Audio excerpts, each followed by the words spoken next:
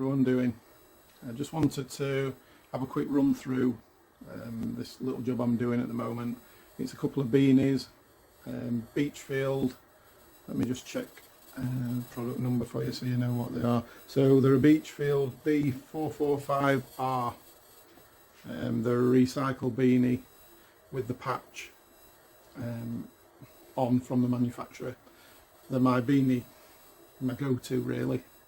I like them because with any beanie you do have obviously a stretchy weave, and if you're working with smaller lettering or designs that are sort of well spaced apart, you can get misalignment when you're wearing them. Normally I think it's a BC045. It's the regular cuff beanie that I would use, and I do pre-stretch those. I put a little acrylic sheet in to get some stretch on it to replicate what it'll be like when it's worn, but it doesn't do away with losing your stitching down in the weave of the knit. Obviously you can use a topper, which we do, and if it's a design that's too big for the patch on these 445s, then we will use that, and we do use toppers and generally a cutaway backing just to try and keep it from distorting when it's worn. But if I can, I use the ones with the patch, so you've got a nice flat surface, and it makes your embroidery sort of sit nice and even. It doesn't distort when you're wearing it. So yeah, a pretty good go-to. I don't generally have any problems with it. So I just wanted to run you through how I go about hooping it and embroidering it. Hopefully it'll be some use to someone who's not sure. So bear with while I just change my camera aspect round. In front of the embroidery machine.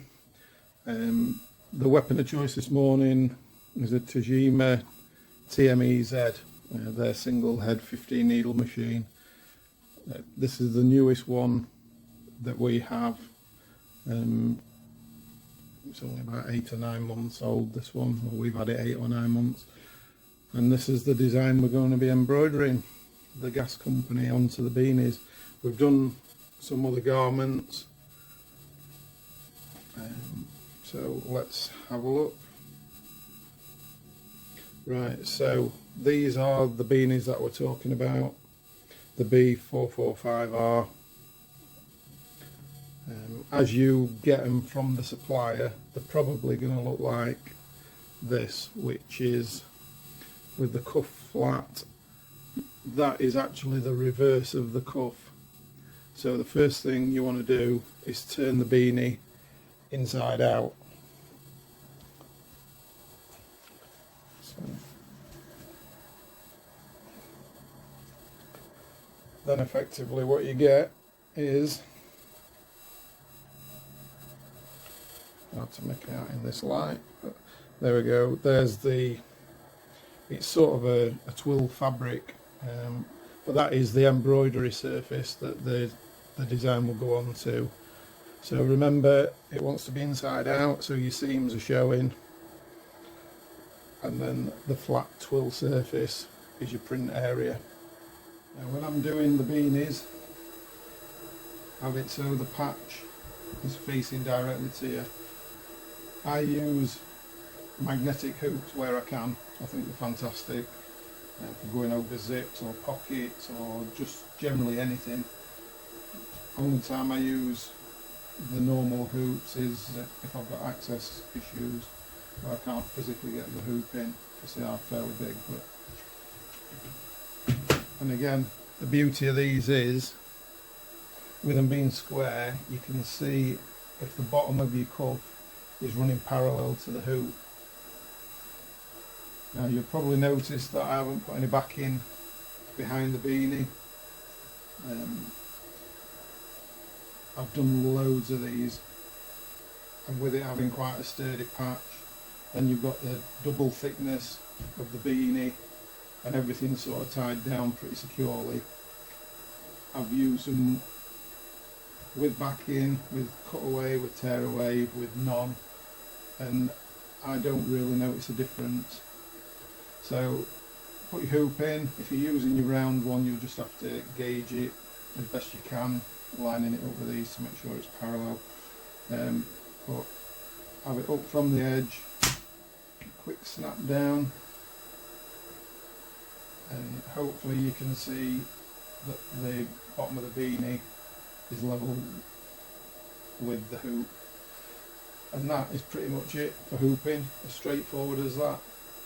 So we'll take it over to the machine and just see. Pro tip: when you get to do quite a few of these, a good run, these are generally available in bundles and whatever. What I've done is made myself a little jig. So this is actually the same size of the sewing area. Really simple. Fold it in half so you've got a crease line lengthways and on the short edge.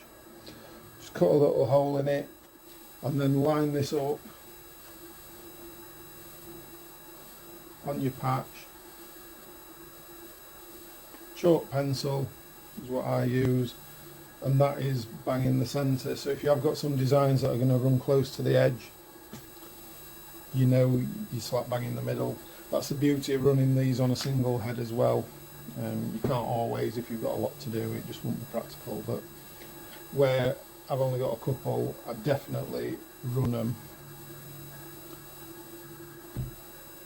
There you go, you can just make out the little mark I've put on.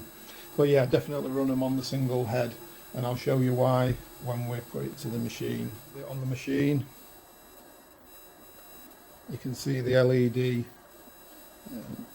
Anyone who's experienced with doing embroidery will know the LEDs on these particular machines, and a lot of others aren't really accurate. Some of the Tajimas will have number 8 needle out with a crosshair directly from above, which is a lot more accurate. It doesn't particularly matter how thick the garment is in that case, but the LED light comes in on an angle, so the thicker the embroidery is, the sooner it'll hit the fabric, so it does give it quite a bit of variation. So where you want it to be particularly accurate, like when you're working on a patch and you want it absolutely centered, there is a better way of doing it. So just disregard the little LED and I'll show you how I sort of line them up. So using your control arrows, you can move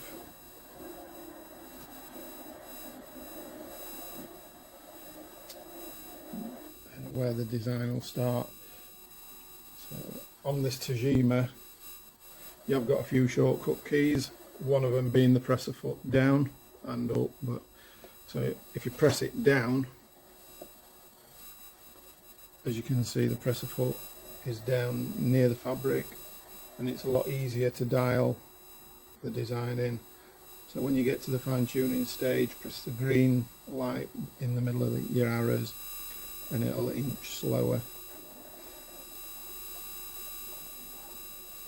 And then if you press the shortcut key for the presser foot down again, it will actually go down to the fabric, and you can see your chalk mark. I don't know if you can make it out on this, but trust me, the chalk mark there is absolutely in the middle of the ring on the presser foot, which is what you want. And I do the presser foot up shortcut, which will take it away.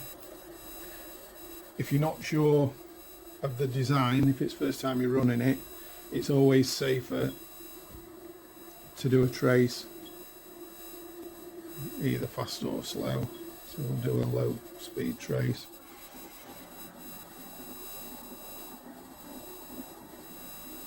And then imagine you press a foot down just to make sure it's within your stitch patch.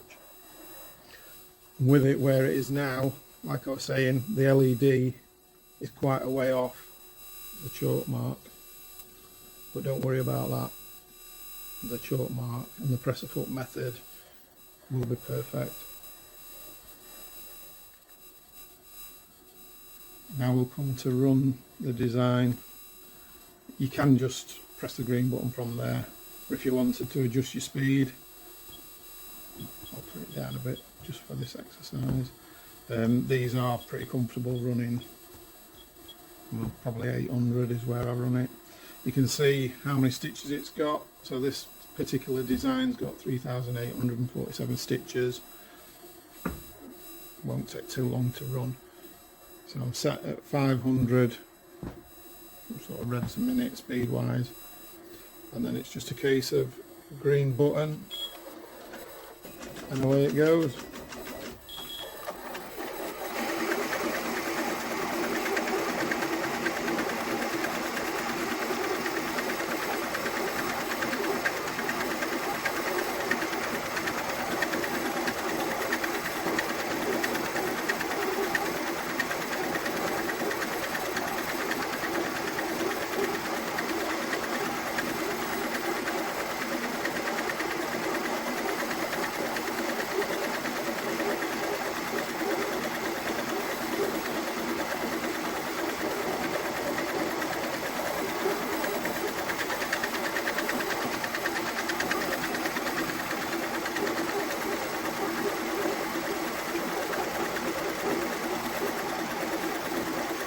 Just increase the speed a bit.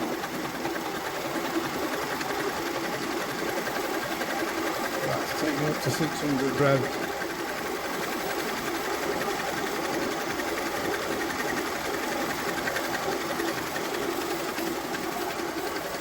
And on the Tajima, on this massive display that they put on today, which is great, you can see where the needle is actually running on the design, and it greys out the area that's been sewn.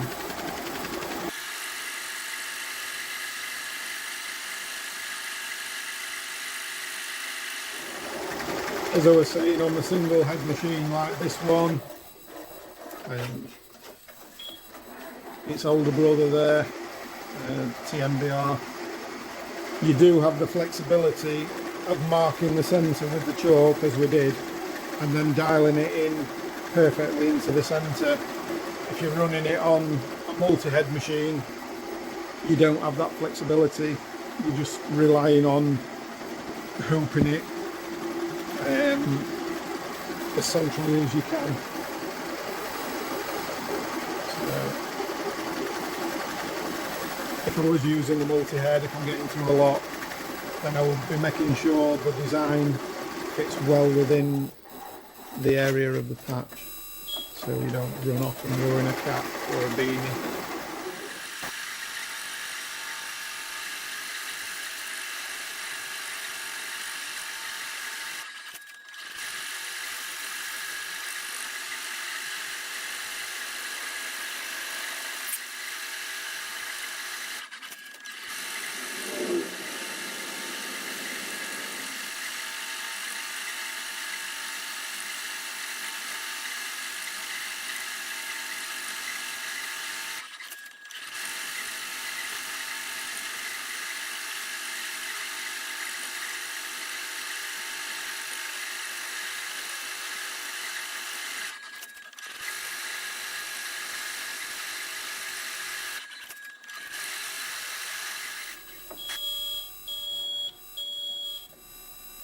There we have it, that's the design embroidery finished.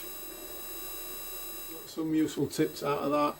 It is a pretty straightforward job, I appreciate that, but for newbies or people who aren't used to doing beanies, hopefully there'll have been some use. Good luck with it and get making some beanies.